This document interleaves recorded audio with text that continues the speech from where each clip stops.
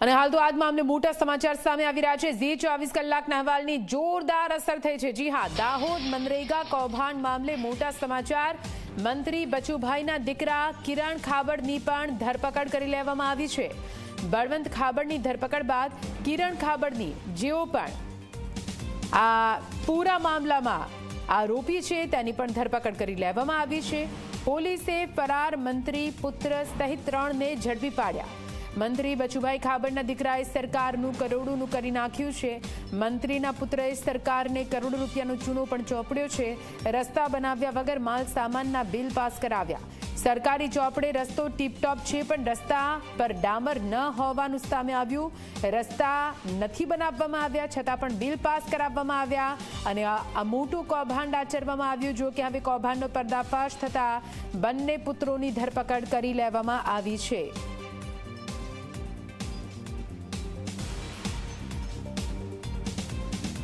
તો આપને જણાવી દઈએ, દાહોદથી આ પૂરું મનરેગા કૌભાંડ સામે આવ્યું હતું અને એમાં ઝી 24 કલાકે અહેવાલ પ્રસારિત કર્યો હતો। ઝી 24 કલાકના અહેવાલની ધારદાર અસર હાલ તો જોવા મળી રહી છે। જ્યાં મંત્રી બચુભાઈ ખાબડના બીજા દીકરા કિરણ ખાબડની પણ ધરપકડ આખરે કરી લેવામાં આવી છે। બળવંત ખાબડની પણ ધરપકડ કરી લેવામાં આવી હતી। જો કે તે બાદ કિરણ ખાબડ જે ફરાર હતો તેને શોધવા માટે પોલીસના પ્રયત્નો હતા। જો કે ભૂગર્ભમાં છુપાઈ ગયેલા કિરણ ખાબડની પણ આખરે ધરપકડ કરી લેવામાં આવી છે। બચુભાઈ ખાબડ જેઓ રાજ્ય સરકારમાં મંત્રી તરીકે પોતાની ફરજ અદા કરી રહ્યા છે, તેમના પુત્રો જ કઈ રીતે સરકારનું જ કરી નાખે છે, એ પણ કરોડો રૂપિયાનો ભ્રષ્ટાચાર આચરી રહ્યા છે। કેવી રીતે ભ્રષ્ટાચાર આચરવામાં આવ્યો તેની જો વાત કરવામાં આવે તો દાહોદથી લઈને છોટાઉદેપુર સહિતના વિસ્તારમાં, ગ્રામીણ વિસ્તારોમાં માટી મેટલના રોડ સહિત અનેક એવી કામગીરી કરવાની હતી જે ગ્રામીણ વિકાસમાં ખૂબ જ મહત્વપૂર્ણ સાબિત થાય તેમ હતું। પરંતુ મનરેગા કૌભાંડમાં એક એજન્સી થ્રુ આ બંને પુત્રોએ કેવી રીતે કૌભાંડ આચર્યું તેને લઈને હાલ તો આ મોટા સમાચાર। વધુ માહિતી સાથે સંવાદદાતા ધ્રુવ ગોસ્વામી જોડાઈ ગયા છે ફોન લાઈન પર। ધ્રુવ, આખરે ફરાર કિરણ પણ ઝડપાઈ ગયો છે, ક્યાંથી ઝડપાયો, કેવી રીતે તેને ઝડપ્યો અને હાલ શું કઈ માહિતી, શું કઈ કાર્યવાહી કરવામાં આવી રહી છે? ધ્રુવ, ચોક્કસથી બચુભાઈ ખાબડની જે છે દિવસે ને દિવસે જે છે તે તકલીફો વધી રહી છે। તેમના પુત્ર જ બળવંત ખાબડની અત્યારે 2 દિવસ પહેલા જ ધરપકડ થઈ હતી અને અત્યારે ફરી એકવાર મંત્રી બચુભાઈ ખાબડનો જે બીજો પુત્ર છે કિરણ ખાબડ, તેની પણ અત્યારે ધરપકડ કરી લેવામાં આવી છે એવી સૂત્રોની માહિતી મળી રહી છે। કિરણ ખાબડ સાથે દેવગઢ બારિયાના એપીઓ દિલીપ ચૌહાણ, ધાનપુરના બીજા એક તાલુકા વિકાસ અધિકારી રાઠવાની પણ અત્યારે ધરપકડ કરી લેવામાં આવી છે તેવી સૂત્રોની માહિતી મળી રહી છે। ત્યારે કિરણ ખાબડની જે ધરપકડ બાદ અત્યારે અનેક નવા ખુલાસા થઈ શકે તેવી સંભાવનાઓ અત્યારે જોવાઈ રહી છે। જી નીતિ, બિલકુલ થી આભાર પૂરી માહિતી માટે।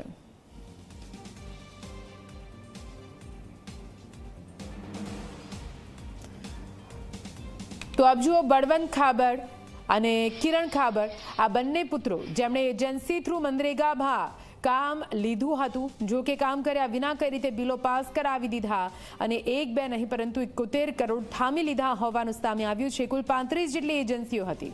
કુલ 35 એજન્સીઓને આરોપી કરાર કરવામાં આવી છે, જેમાંથી 2 એજન્સી આ બંને પુત્રોની હોવાનું સામે આવ્યું છે। માટીના રોડ પર ડામર પાથરીને ટીપટોપ રોડ હોવાના કાગળો તૈયાર કરવામાં આવ્યા હતા, પરંતુ જ્યારે જમીની હકીકત સામે આવી ત્યારે લોકોના પગ નીચેથી જમીન સરકી ગઈ, કેમ કે જ્યાં ચેકડેમો ઊભા કર્યા હોવાના ફોટા દર્શાવવામાં આવ્યા, જ્યાં રોડ બન્યા હોવાની વાતો અને દાવાઓ કરવામાં આવ્યા, જ્યારે જમીનની વાસ્તવિકતા તપાસ કરવામાં આવી, ચેક કરવામાં આવી તો ખબર પડી કે અહીંયા તો આવું કોઈ કામ થયું જ નથી। આપને જણાવી દઈએ, અનેકો એવા વિકાસ કામ છે જે માત્ર ચોપડા પર અને કાગળ પર થયા હોવાનું સામે આવ્યું છે। મંત્રી પુત્રનું આ કૌભાંડ, બચુ ખાબડ કૃષિ અને પંચાયત મંત્રી આપણા રાજ્ય સરકારમાં મોટા પદ પર તેઓ છે। બચુ ખાબડનો દીકરો બળવંત ખાબડ જે એજન્સી ચલાવે છે, રાજશ્રી નામની તેમની એજન્સી જે ધાનપુરના ગામડાઓમાં કામ કરી રહી છે। બળવંત ખાબડની એજન્સી જે ધાનપુરના ગામડામાં કામ કરે છે। બચુ ખાબડનો દીકરો વિકાસ કામના કોન્ટ્રાક્ટ મેળવતો હતો અને તે એજન્સી થ્રુ કામ કર્યો હતો। જો કે વિકાસના કામ કર્યા વગર જ બિલ પાસ કરાવી દેવામાં આવ્યા। માત્ર કાગળ ઉપર કામ થયા અને બિલ પાસ થઈ ગયા। રસ્તો બનાવ્યાનો દાવો પણ તકતી દેખાય છે, પણ રસ્તો ક્યાં તે શોધવો પડે। ખોટી રીતે કામ પણ પાસ કર્યું હોવાનું સામે આવ્યું છે। એક તરફ આપ દ્રશ્યો જોઈ રહ્યા છો જ્યાં કેવી રીતે માત્ર માટીની કેડી આપ જોઈ રહ્યા છો। મંત્રી પુત્ર આખો સરકારી સિસ્ટમને ઘોડીને પી ગયો હોય તે પ્રકારની પરિસ્થિતિ સર્જાય છે। સરકારને જ કરોડો રૂપિયાનો ચૂનો કેવી રીતે આ બંને મંત્રી પુત્રોએ લગાવ્યો છે તે જુઓ।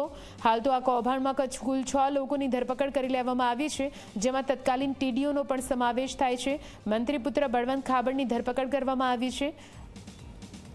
સાથે તેમની સાથે પદ પર રહેલા તત્કાલીન ટીડીઓ દર્શન પટેલની પણ ધરપકડ થઈ છે અને હાલ તો જે આંકડો સામે આવી રહ્યો છે ધરપકડનો, કુલ 9 લોકોને અત્યાર સુધી ધરપકડ થઈ ચૂકી છે।